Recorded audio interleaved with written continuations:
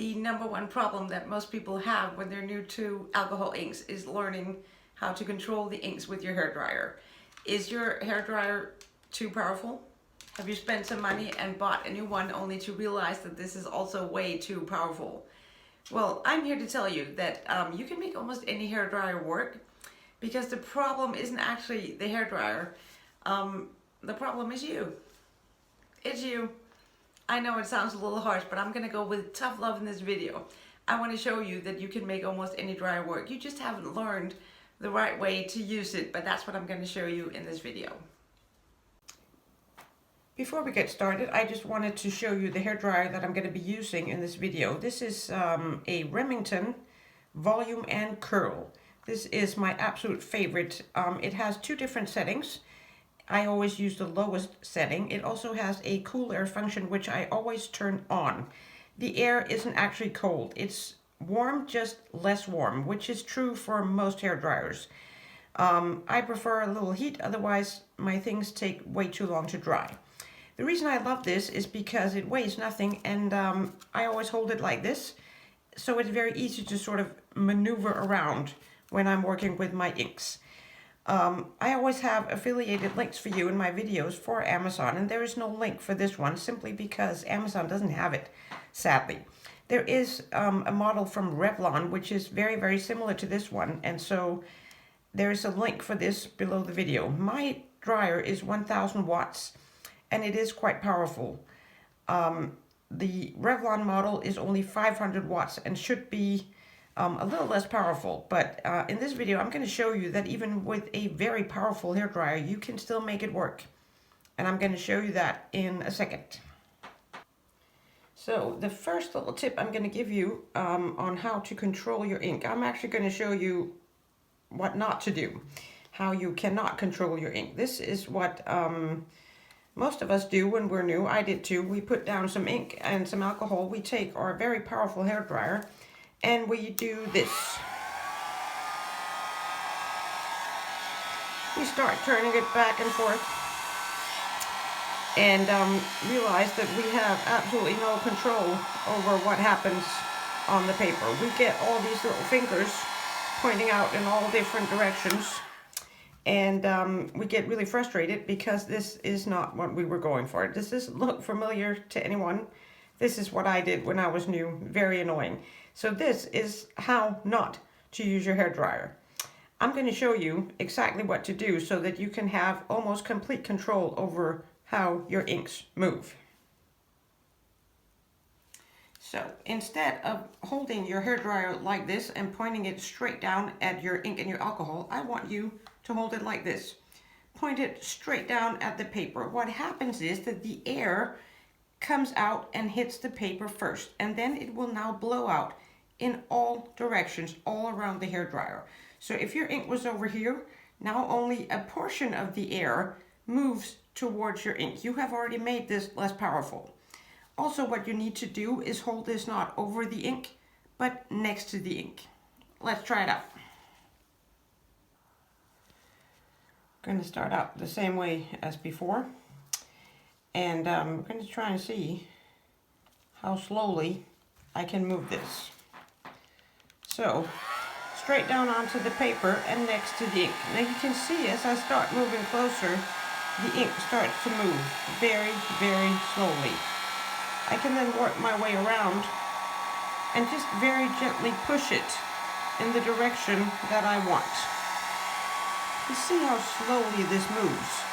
Now if I want it to move a little faster, I get a little closer. If I want it to move slow, I take my hairdryer further away. This way just gives you so much more control over how your ink moves and in which direction.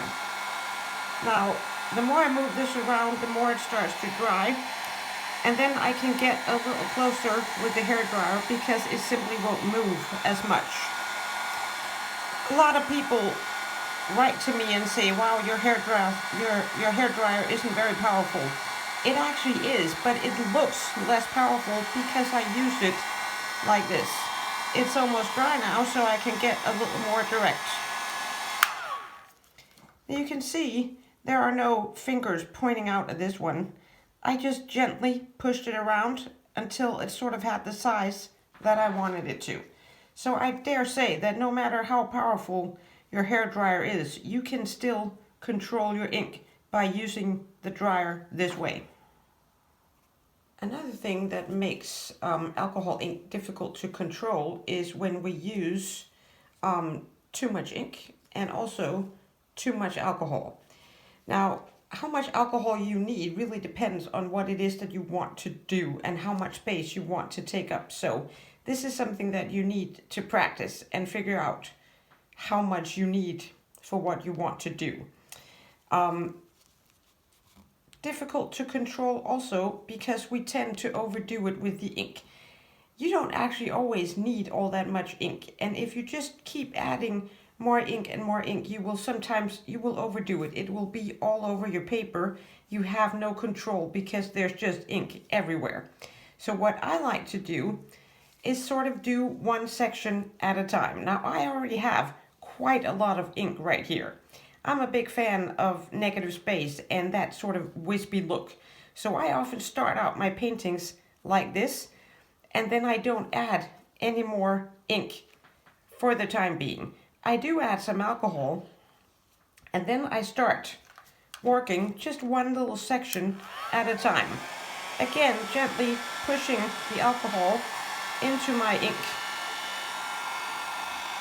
just like I showed you before.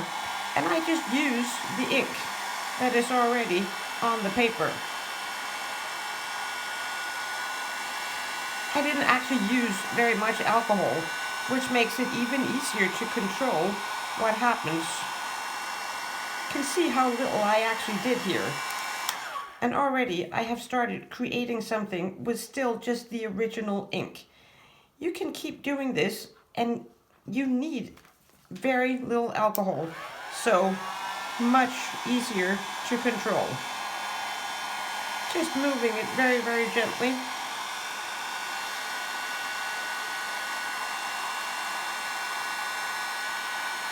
One of the cool things about alcohol ink is that you get all these different shades just from using one color.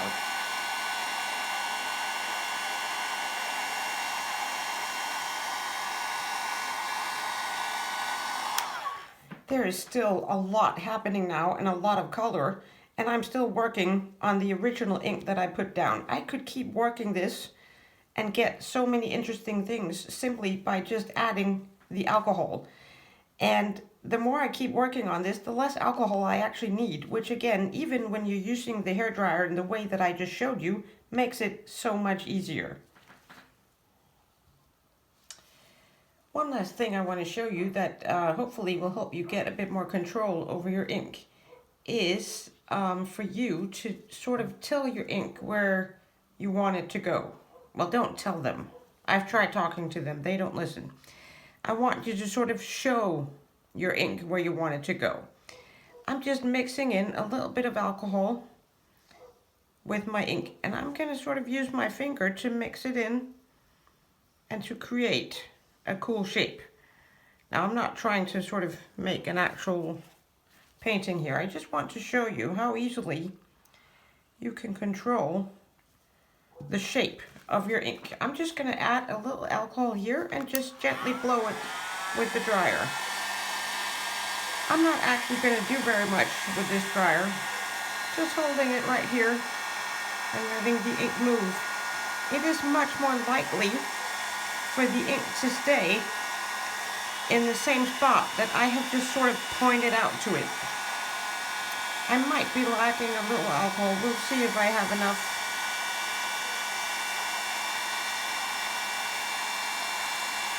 Yeah, I'm not going to get all the way over here, but you sort of get the point, I hope. Or maybe. Oh, maybe I am.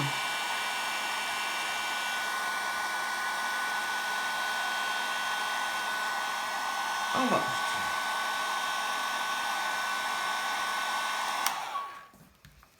I do have a few fingers here because I think I was working a little fast, but see this very cool shape that I just created, and I basically just guided the ink in the direction that I wanted it, added a little alcohol, blew it all in one direction.